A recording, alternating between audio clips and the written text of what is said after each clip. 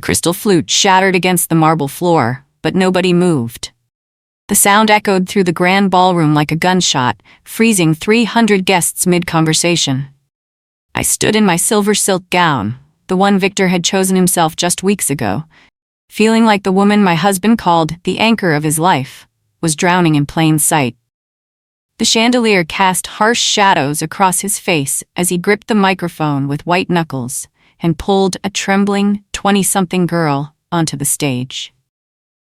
"This is Chloe," he announced to our anniversary guests, his voice thick with nervous bravado that I recognized from his first corporate presentations 25 years ago. "And the boy in the stroller is my son, Leo. I know this is unexpected, but we're all adults here. Love doesn't follow schedules or social conventions." The room erupted in horrified whispers as our business partners and oldest friends shifted uncomfortably in their seats. I could see Margaret Chen from our board of directors covering her mouth in shock, while our biggest client, James Morrison, was already reaching for his phone. I didn't scream or cry or cause the scene Victor was clearly expecting. Instead, I picked up a backup glass from a server's tray with steady hands, took a slow, deliberate sip of the vintage champagne we'd selected together last month, and smiled coldly. My heart was thundering against my ribcage, but my face remained a mask of pure ice. The same expression I wore during hostile corporate takeover negotiations. "Victor," I said quietly, just loud enough for the front tables to hear, my voice cutting through the whispers like a blade, "we'll discuss this privately. Now?" But inside, I was already calculating my next moves I'd been preparing for months, waiting for exactly this moment of his spectacular self-destruction. "My name is Evelyn Vance, and I've spent 25 years building something I thought was unbreakable. I wasn't just Victor's wife. I was the CFO, the financial architect, the strategic mind that transformed his big dreams into concrete reality. We started Vance Global with nothing but one rusty delivery truck, a shared vision, and a borrowed garage that smelled permanently of motor oil and hope. While Victor had the charisma to charm clients and the operational instincts to manage logistics, I handled the numbers, the contracts, the strategic planning, and the careful financial choreography that kept us solvent during those terrifying early years. We built more than a business. We built a dynasty. Together, we raised 3 remarkable children who are now thriving at Harvard, Stanford, and Princeton, respectively, each one a testament to what focused ambition and unwavering support could achieve. Our annual revenue had grown from $30,000 that first year to over $50 million last year. I thought our partnership, both personal and professional, was as solid as the marble floors of this ballroom. But as I looked at Chloe, who couldn't have been more than 24 with her deer-in-headlights expression and designer dress that cost more than most people's monthly salary, I realized Victor wasn't having a simple midlife crisis. This wasn't about expensive sports cars or sudden gym memberships. He had been planning this public humiliation for months, thinking I would be too shocked, too embarrassed, too concerned about appearances to fight back effectively. He had no idea that I'd discovered his secret months ago and had been quietly, methodically preparing for this moment with the same cold precision I brought to hostile corporate negotiations. What he also didn't know was the one detail that would destroy him completely. I owned 51% of our company. The betrayal didn't start tonight. It started exactly 8 months ago on a Tuesday that seemed perfectly ordinary until it wasn't. I remember every detail of that moment when my perfect world first cracked. I was organizing Victor's home office, something I did monthly to help him stay on top of his paperwork, when I found a crumpled receipt tucked behind his leather desk blotter, half hidden beneath a stack of shipping manifests. It was from Bergman's, the most exclusive boutique in the city, for a designer series silver cross stroller in pristine white with gold accents. The price tag read $4,000, and my stomach did a strange cold flip that I initially attributed to too much coffee and too little breakfast. We had no grandchildren yet. Our youngest was still finishing senior year at Princeton, and none of our close friends had recently had babies. The receipt was dated 3 days earlier, but Victor hadn't mentioned any shopping trip. When I confronted him that evening over dinner, he barely looked up from his laptop where he was reviewing quarterly shipping reports. "Oh, that?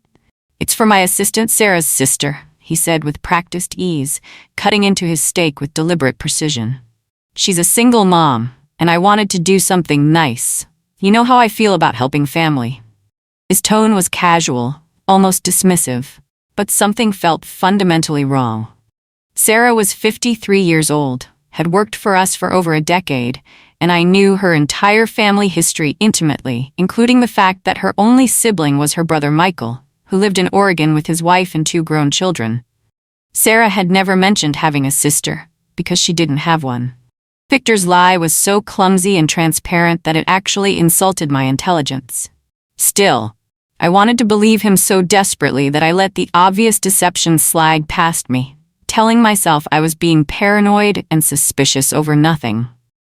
2 months later, my CFO training kicked in with the relentless force of 25 years of financial oversight experience. I began noticing irregular expense reports Victor was submitting, subtle at first, but forming a pattern that made my professional instincts scream. There were high-end restaurant charges for client dinners that didn't match any meetings on our corporate calendar, hotel expenses for business trips to cities where we had no active projects, and consulting fees paid to companies I couldn't verify in our industry databases. As CFO, I had full access to monitor these expenses, and what I discovered kept me awake at night. The charges always fell on the same days of the week, Tuesdays and Thursdays. Always in the same upscale district downtown near the luxury high-rises. The amounts were significant, but not large enough to trigger automatic auditing protocols, suggesting someone with intimate knowledge of our financial systems was deliberately staying under the radar. I began discreetly investigating, using my financial access and forensic accounting skills to trace the digital trail through layers of subsidiary companies and shell corporations. It took 3 weeks of careful digging, cross-referencing bank statements, lease agreements, and corporate filings, but eventually I discovered that Victor had been renting a luxury 2-bedroom apartment through a complex arrangement involving one of our subsidiary companies. The lease was under the name Chloe Sterling, and the monthly rent was $8,000, being paid through a consulting contract with a company that existed only on paper. That night, I sat in my office until 3 a.m. cross-referencing dates, amounts, locations, and vendor payments with obsessive precision. The evidence was undeniable. Victor was funding an entire second life with company money, and he was doing it with the skill of someone who understood our financial systems intimately. I didn't confront him immediately, because emotional reactions lead to poor strategic decisions. A lesson I'd learned during 25 years of corporate negotiations, where showing your hand too early meant losing everything. Instead, I hired Marcus Webb, the best private investigator I could find, through discreet professional channels, someone who specialized in corporate fraud and high-stakes infidelity cases for executives and their families. Marcus was a former FBI agent with an impeccable reputation for discretion and thoroughness. Within 3 weeks, I had professional surveillance photos, detailed schedules, financial records, and comprehensive reports that painted a devastating picture. Victor would meet Chloe and their baby every Tuesday and Thursday afternoon at Meridian Park, a quiet, upscale area near her apartment building. The photos showed him pushing a $4,000 stroller, carrying expensive baby supplies, and playing with a child who bore an unmistakable resemblance to Victor. The same dark hair, the same stubborn chin, the same eyes that I had fallen in love with 25 years ago. What hurt most was watching Victor interact with this baby, with the same genuine tenderness and joy he'd once shown our own children during their early years. In the photos, his face showed a vulnerability and happiness I hadn't seen in our home for months. He would spend hours at that park, pushing the stroller, playing peekaboo, and looking like a man who had rediscovered something precious he thought he'd lost. Marcus's investigation revealed that Victor had been telling people in his personal and professional circles that our marriage was essentially over, and that he was planning to make things official soon. He was methodically preparing to replace me both personally and professionally, laying groundwork with clients and board members for what he clearly saw as an inevitable transition of power. But Victor had made one crucial miscalculation. He had never bothered to verify the actual ownership structure of our company. Armed with Marcus's comprehensive evidence and my own financial documentation, I consulted with Patricia Hawthorne, the best divorce attorney in the state, someone who specialized in high-asset cases involving complex business partnerships and corporate structures. Patricia's office overlooked the city from the 32nd floor, and her reputation for protecting clients' interests was legendary among the city's business elite. That's when I made the discovery that would change everything. A morality clause buried in our corporate partnership agreement that we'd both signed 15 years earlier during our company's major expansion and restructuring. I had forgotten about it completely. It seemed so unnecessary at the time, just legal boilerplate that our attorney had insisted upon for comprehensive asset protection. The clause stated that if either partner engaged in conduct materially detrimental to the company's reputation, business relationships, or operational integrity, the other partner could initiate a buyout process under specific legal protocols. The key phrase was materially detrimental, and publicly humiliating your business partner at a company event in front of major clients and investors would certainly qualify under any reasonable interpretation. But more importantly, Patricia helped me verify something I had suspected but never confirmed. Due to a complex stock restructuring we had completed 5 years earlier, I actually owned 51% of our company. Victor had been so focused on operations and client relationships that he had never paid attention to the ownership details, assuming we were equal partners. I began building my case with the same systematic approach I used for major corporate acquisitions, documenting every piece of evidence, organizing financial records, and preparing for the corporate warfare that was about to begin. 3 weeks before our anniversary, I intercepted a text message chain that revealed the true scope of Victor's planning and his fundamental misunderstanding of my character. He was coordinating with Chloe about what he called the big announcement, treating our 25th wedding anniversary as the perfect stage for his corporate and personal power play. In one particularly revealing exchange, he wrote, "I've prepared the board for leadership changes. Once I announce our relationship publicly, Evelyn will be too embarrassed to fight the restructuring. She's too much of a lady to make a scene in front of 300 guests. We'll have them transfer your trust fund and get you set up in the East Wing by next weekend." He actually believed that my dignity and concern for appearances would be my fatal weakness, that I would prioritize social grace over justice and self-preservation. What he didn't realize was that when he had started dropping subtle hints to board members about potential organizational changes and leadership transitions, they had immediately contacted me with concerns about his erratic behavior and apparent mental state. I had been meeting with each board member individually over the past month, sharing carefully documented concerns about certain financial irregularities that require investigation. And Victor's recent pattern of questionable decision-making. They weren't just listening politely. They were taking detailed notes and documenting every conversation for potential legal proceedings. Victor had completely misread their responses, interpreting their professional politeness and careful questions as tacit support for his plans when they were actually gathering evidence for the investigation I had carefully initiated. What he also didn't know was that I had already secured the board's preliminary support for emergency action should his behavior become materially detrimental to company operations. The morning of our 25th anniversary, I felt surprisingly calm. The kind of cold, focused serenity I experienced before major corporate negotiations where millions of dollars hung in the balance. I had systematically moved my personal belongings to a luxury hotel suite across town, updated my will and all legal documents, and held careful conversations with our 3 children about the situation developing at home. They were shocked, but ultimately supportive, having noticed their father's recent emotional detachment and strange behavior patterns over the past few months.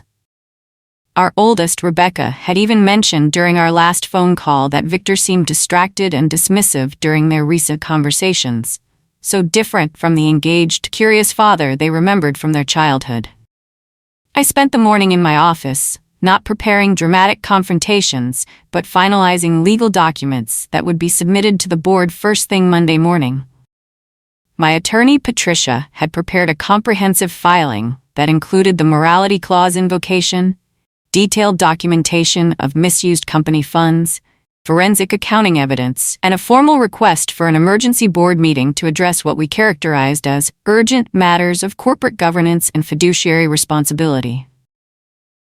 When Victor came to my dressing room before the party, he seemed oddly sentimental, placing an expensive diamond necklace around my neck with unusual tenderness. "Happy 25 years, Evelyn," he said softly, his hands lingering on my shoulders. "You deserve the world." According to my investigation, he had purchased that necklace with a company credit card just 3 days earlier, using my own financial infrastructure to buy me what he clearly saw as a parting gift. I looked at him in the mirror, seeing not the man I'd built a life with, but a stranger who had systematically betrayed everything we'd created together. "Thank you, Victor," I replied with perfect composure. "This will indeed be a night that no one will ever forget." The gala proceeded with elegant normalcy for the first 2 hours. Cocktails, dinner, and the usual collection of heartfelt toasts from friends, family, and business associates who had watched our partnership flourish over the years. I had positioned myself strategically near the back of the ballroom, close to the service exit, where I could observe the room's dynamics, without being trapped by social expectations or the inevitable chaos that would follow Victor's announcement. When Victor took the microphone for what everyone expected to be a traditional anniversary tribute, the room settled into comfortable anticipation. He started conventionally enough, talking about partnership, growth, and shared dreams. But then his tone shifted, becoming more theatrical, more deliberate, and I could see Chloe near the back doors, holding the baby and waiting for her cue like an actress preparing for her entrance. When he called her to the stage, the reaction was immediate and devastating. Our major clients, conservative business leaders who had entrusted us with millions of dollars in contracts and who valued stability, discretion, and traditional professional behavior, looked absolutely horrified. Margaret Chen from our board covered her face with her hands. James Morrison was already texting, probably alerting other investors. The whispers started immediately, spreading through the crowd like wildfire as people processed what they were witnessing. Victor's public announcement wasn't just personal humiliation. It was professional suicide executed in front of the exact people whose respect and trust he needed most to maintain his position and power. I didn't need to destroy him. He was systematically destroying himself in front of 300 witnesses, many of them with phones already recording what would become the most discussed business scandal of the year. As gasps and whispers filled the ballroom, I simply walked through the back exit with my head held high, leaving Victor to explain his decision to our investors, board members, and clients, without my presence to provide stability or damage control. The next morning, my phone was flooded with calls from board members, major clients, and business journalists who had heard about what the media was already calling the Vance Gala scandal. The story was spreading through business networks faster than I had anticipated, with social media posts and news articles characterizing Victor's behavior as everything from erratic to professionally disastrous. By 10 a.m., I was fielding calls from concerned investors who were questioning Victor's judgment and leadership capability. By 11, our stock price had dropped 15% in pre-market trading as news of the scandal spread. By noon, I was sitting in an emergency board meeting that I had called using my authority as majority shareholder. "Ladies and gentlemen," I began, standing at the head of the conference table, where Victor usually sat. "We're here to address the crisis that occurred last night and its impact on our company's reputation, client relationships, and operational integrity." Margaret Chen was the first to speak. "Evelyn, what Victor did was completely unacceptable.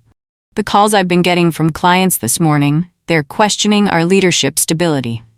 I've been getting similar calls, added board member David Walsh. 3 major accounts have already requested meetings specifically with you to discuss contingency planning. They want assurance that the company can operate professionally, regardless of personal drama. I distributed copies of the financial evidence I had been accumulating for months. What I'm about to share with you goes far beyond last night's inappropriate behavior. Victor has been systematically stealing from our company to fund his affair. The room went dead silent as board members began reviewing the documents showing $500,000 in systematic theft. As you can see from the financial analysis, I continued, my voice getting sharper with each revelation, Victor has diverted over $500,000 in corporate funds through fake consulting contracts, inflated expense reports, and unauthorized use of company credit cards. The apartment lease for his mistress, the $4,000 stroller, even the diamond necklace he gave me last night, all purchased with stolen company money. Margaret Chen looked up from the documents, her face pale with shock. Evelyn, this is criminal fraud. How long has this been going on? 3 years of systematic theft, I replied, letting my anger show for the first time. 3 years of him stealing from us, lying to us, and planning to humiliate me in the most public way possible. At that moment, Victor burst through the conference room doors like he owned the place. What the hell is going on here? Why am I not being informed about emergency board meetings? The room fell silent as he strode to his usual seat at the head of the table, only to find me standing there with a stack of financial documents spread across the surface. Victor, I said quietly, my voice dripping with contempt, we're discussing your theft of company funds and the impact of your behavior on our business relationships. His face went red with indignation. This is ridiculous. I built this company from nothing. Some personal expenses don't constitute. $500,000 in systematic fraud is not some personal expenses, I interrupted, my voice rising. Sit down. Don't tell me to sit down in my own company. That's when I delivered the line that would shatter his world completely. Victor, you forgot one thing. I held up the ownership documents Patricia had prepared, my voice ice cold. I own 51% of this company, so yes, I'm telling you to sit down, shut up, and listen while I explain to the board exactly what kind of thief and fraud you really are. The silence in the room was deafening. Victor's face went from red to white as the implications hit him like a physical blow. For 25 years, he had assumed we were equal partners, had made decisions based on that assumption, had planned his future based on controlling 50% of a multi-million-dollar company. That's impossible, he stammered, his voice cracking. Stock restructuring from 5 years ago, I replied savagely, sliding the documents across the table at him. You were so busy playing CEO that you never bothered to read what you were signing. Patricia, would you explain to my soon-to-be ex-husband exactly how fucked he is? My attorney stood up with obvious satisfaction.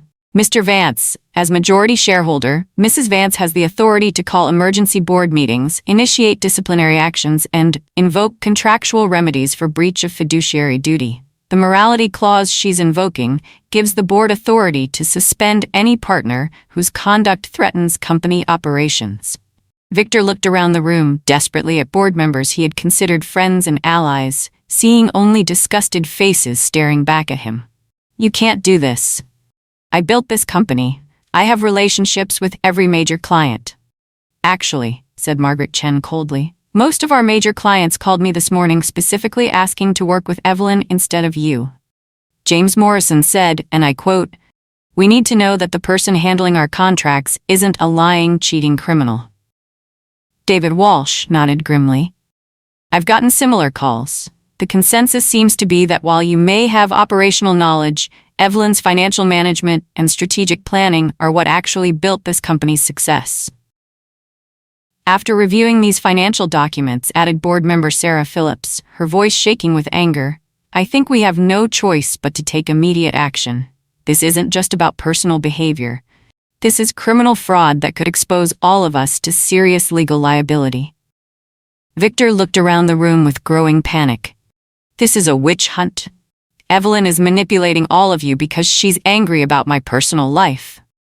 No, Victor, I said, my voice cutting through his desperation like a blade. I'm protecting a company that I built from a CEO who turned out to be nothing but a pathetic thief and fraud. I motioned to suspend Victor Vance from all corporate duties, pending a full forensic investigation. Margaret Chen announced with obvious relish. Seconded, said David Walsh immediately. All in favor? I asked, already knowing the answer. Every hand in the room went up except Victor's. The vote was unanimous, and his humiliation was complete. The motion passes. Victor, you are hereby suspended from all duties as CEO and stripped of access to corporate facilities, funds, and decision-making authority, effective immediately. Victor's face contorted with rage and desperation. You can't do this. I'll sue every one of you. This company will collapse without me. Actually, I replied with cold satisfaction, our stock price started recovering the moment investors learned I was taking over as CEO. Turns out they have more confidence in the CFO who built our financial systems than in the CEO who stole from them. You vindictive bitch, Victor screamed, completely losing control. You planned this whole thing. You're destroying me because you can't handle that. I found someone better. The room went dead silent. Even his few remaining supporters would have abandoned him after that outburst. Security, I said calmly into the conference room phone. Please escort Mr. Vance from the building. He's no longer authorized to be here, and he's becoming belligerent. 2 security guards entered the room within minutes. Victor looked around desperately, realizing that 25 years of corporate relationships had just evaporated in a single moment of theft, fraud, and uncontrolled rage. This isn't over, Evelyn, he snarled as security took his arms. Actually, I replied, letting my smile show for the first time, it is.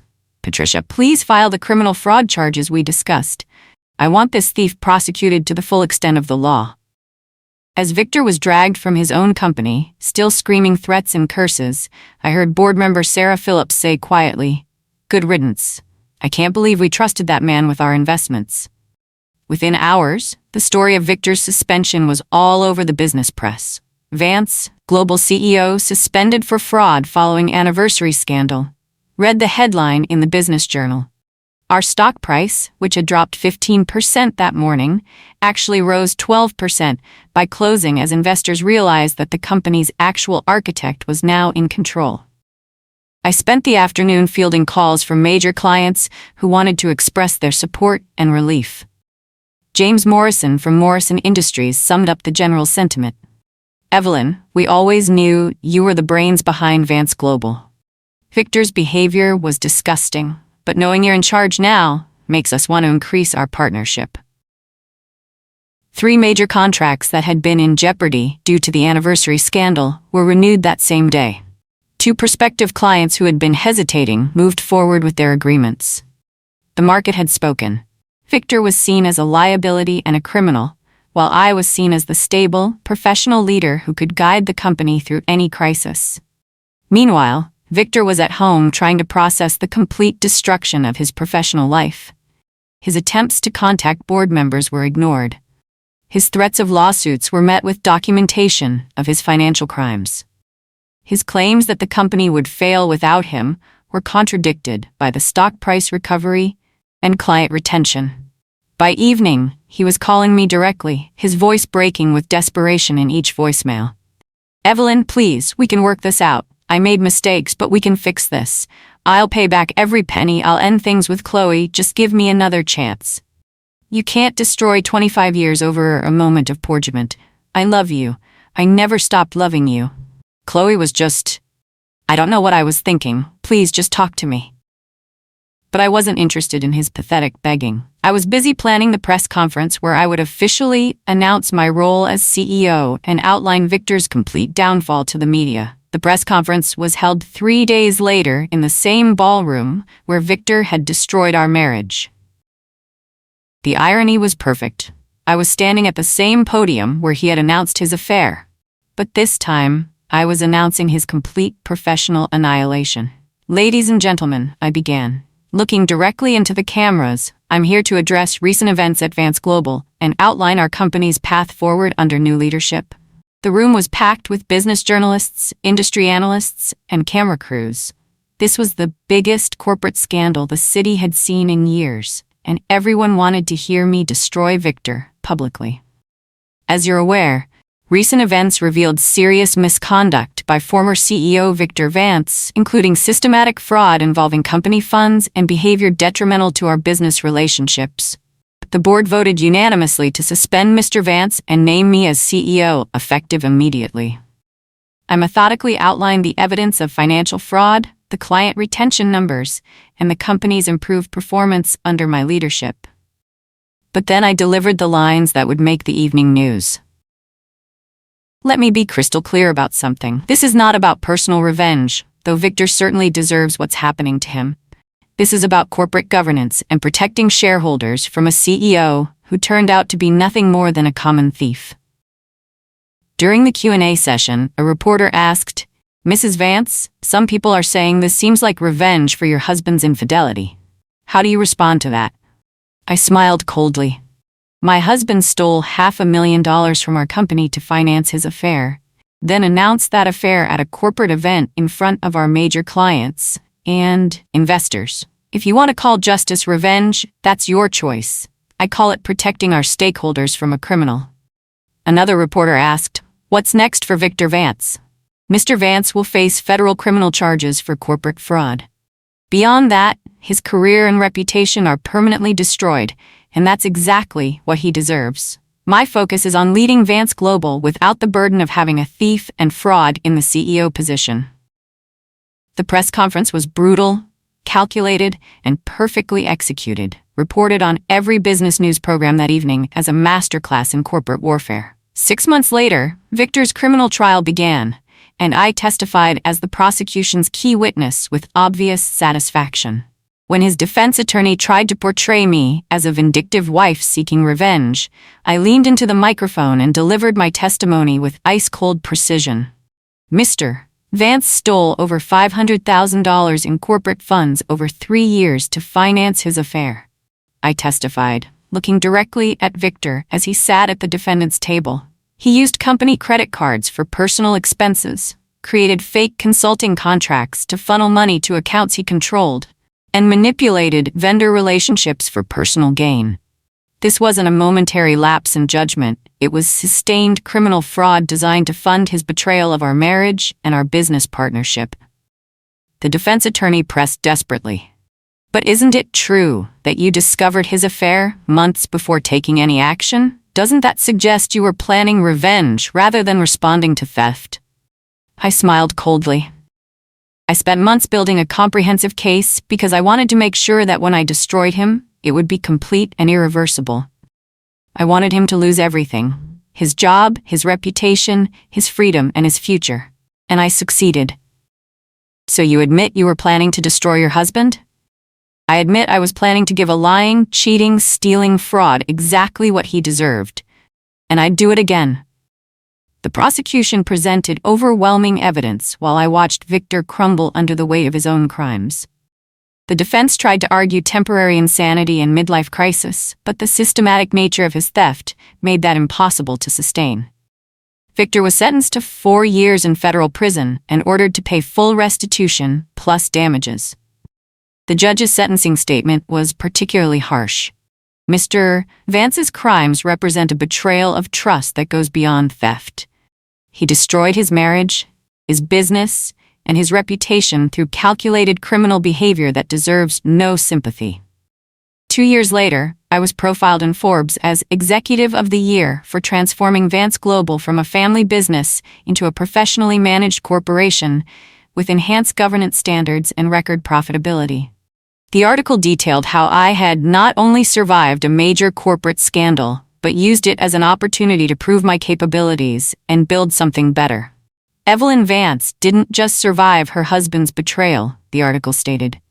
She used his criminal behavior to demonstrate that her strategic vision and financial expertise were the real drivers of the company's success. Under her leadership, Vance Global has become a model for how to handle corporate fraud while protecting stakeholder interests. During my interview with Forbes, the journalist asked about Victor's current situation.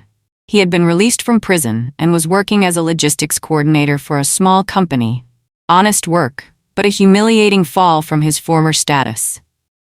I hope Victor has learned that actions have consequences, I said with obvious satisfaction. Stealing from your business partner and humiliating your wife in front of 300 people tends to destroy your career and reputation permanently, as it should. But privately, I knew that Victor's reputation in our industry was completely destroyed. No major company would hire an executive with a fraud conviction, and he would spend the rest of his career in low-level positions, watching other people build the kind of success he had thrown away. During Victor's incarceration, I had completely transformed my life.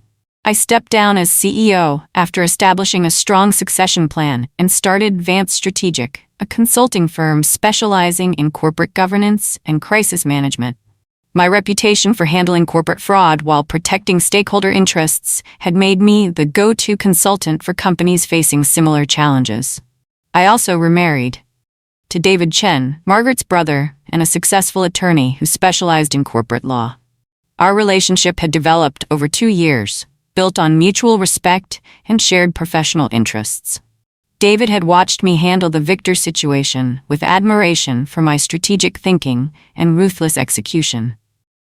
The wedding was a small, elegant affair held at our new home, a stunning contemporary mansion I had designed specifically for my new life. The contrast with my previous marriage couldn't have been sharper. Where Victor and I had built something together only to watch him destroy it through selfishness and criminality, David and I were creating something new based on genuine partnership and shared values. Our 3 children had initially been skeptical about my remarriage, but they quickly grew to respect David's integrity and his understanding that they would always be my first priority. The healing process had taken time, but we were stronger as a family for having survived Victor's betrayal together. Most importantly, I had proven to myself and everyone else that I didn't need Victor or anyone else to succeed. I had built something better from the ashes of his destruction. 3 years after Victor's anniversary announcement, I received an invitation that would provide the perfect capstone to my revenge. The Regional Business Leadership Association wanted me to deliver the keynote speech at their annual award ceremony. The venue? The Grand Metropolitan Hotel's main ballroom, the exact same location where Victor had destroyed our marriage. I accepted immediately, knowing this would be the ultimate power move. The speech I prepared was titled, Leading Through Betrayal: How Criminal Behavior Can Drive Professional Excellence. I planned to tell my story, not as a victim, but as a leader who had turned personal betrayal into complete victory. On the night of the event, I arrived at the hotel wearing a stunning black evening gown that cost more than Victor's current monthly salary. As I was being escorted to the VIP reception, I noticed a familiar figure in the service corridor. Victor, wearing the cheap uniform of the hotel's catering staff. He had taken a part-time job serving at events to supplement his meager income from the logistics company. The man who had once been CEO of a multi-million-dollar corporation was now serving appetizers to the business leaders who had once been his peers. Our eyes met for a moment across the hallway, and I saw in his face the complete recognition of what he had lost. But instead of walking away, he actually approached me with desperate urgency. "Evelyn," he said quietly, his voice breaking, "please, just let me say something." I stopped, curious to hear what pathetic words he might offer after 3 years of destruction. "I know what I lost," he continued, his eyes filling with tears. "It wasn't the money or the company or the status. I lost the most incredible woman I'll ever know. I lost someone who loved me enough to build an empire with me, and I threw it all away for nothing. You were everything, and I was too stupid and selfish to realize it until it was too late." For a moment, I almost felt something. Not forgiveness, but recognition of the depth of his regret. Then I smiled coldly and walked away without saying a word. The ballroom was packed with over 400 business leaders when I took the stage for my keynote address. Standing at the same podium where Victor had announced his affair 3 years earlier, I looked out at an audience that included CEOs, investors, board members, and entrepreneurs who saw me as a symbol of strength and strategic leadership. 3 years ago, I stood in this very room and watched my personal and professional world explode in the most public way possible. I began, my voice carrying clearly through the packed ballroom. My husband of 25 years announced his affair and introduced his mistress to our anniversary guests, thinking that would force me to accept his betrayal out of social embarrassment. The audience was completely captivated. This wasn't a typical corporate leadership speech. This was raw, personal, and brutally honest. What he didn't expect was that I had been preparing for that moment for months. What he couldn't have anticipated was that his betrayal would reveal capabilities I didn't know I possessed and opportunities I had never imagined. What he definitely didn't know was that I owned 51% of our company and was about to destroy his career completely. I told the story of discovering the affair, building the evidence case, and using corporate governance procedures to remove a CEO who had proven himself to be both a criminal and a liability. I explained how the crisis had forced me to discover my own leadership abilities and strategic thinking. The lesson isn't that betrayal is a gift, it's that adversity reveals who you really are and what you're capable of achieving when you stop making excuses for other people's weakness and criminality. Victor thought he was destroying me. Instead, he gave me the opportunity to prove that I was the real architect of everything we had built together. The audience gave me a standing ovation that lasted over 5 minutes. After the speech, I was surrounded by business leaders wanting to discuss consulting opportunities, board positions, and strategic partnerships. The transformation was complete. I was no longer Victor Vance's ex-wife, or even the woman who survived the scandal. I was Evelyn Chen, CEO, strategic consultant, and keynote speaker, whose expertise was valued completely independent of any relationship or tragedy. As the evening wound down, I saw Victor one final time, collecting empty glasses while wearing his catering uniform. The business leaders who had once sought his advice now ignored his existence completely. He looked up and watched me accepting congratulations from Fortune 500 CEOs, and I could see his complete understanding of everything he had lost. But I felt no sympathy for his pain. Only the quiet satisfaction of someone who had turned betrayal into triumph, criminal behavior into opportunity, and personal destruction into professional excellence. Victor had destroyed himself trying to hurt me, and I had used his destruction to build something better than anything we could have achieved together. As I left the ballroom that night, with my new husband and surrounded by genuine friends and professional allies, I realized that Victor's betrayal had been the greatest gift of my life. He had set me free to discover who I really was and what I could accomplish on my own terms. The last I saw of him that night, he was loading dirty dishes into the service elevator. A broken man who had traded everything for nothing and gotten exactly what he deserved. Thank you so much for staying with me until the very end.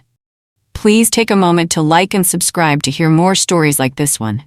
There is another one waiting on your screen right now.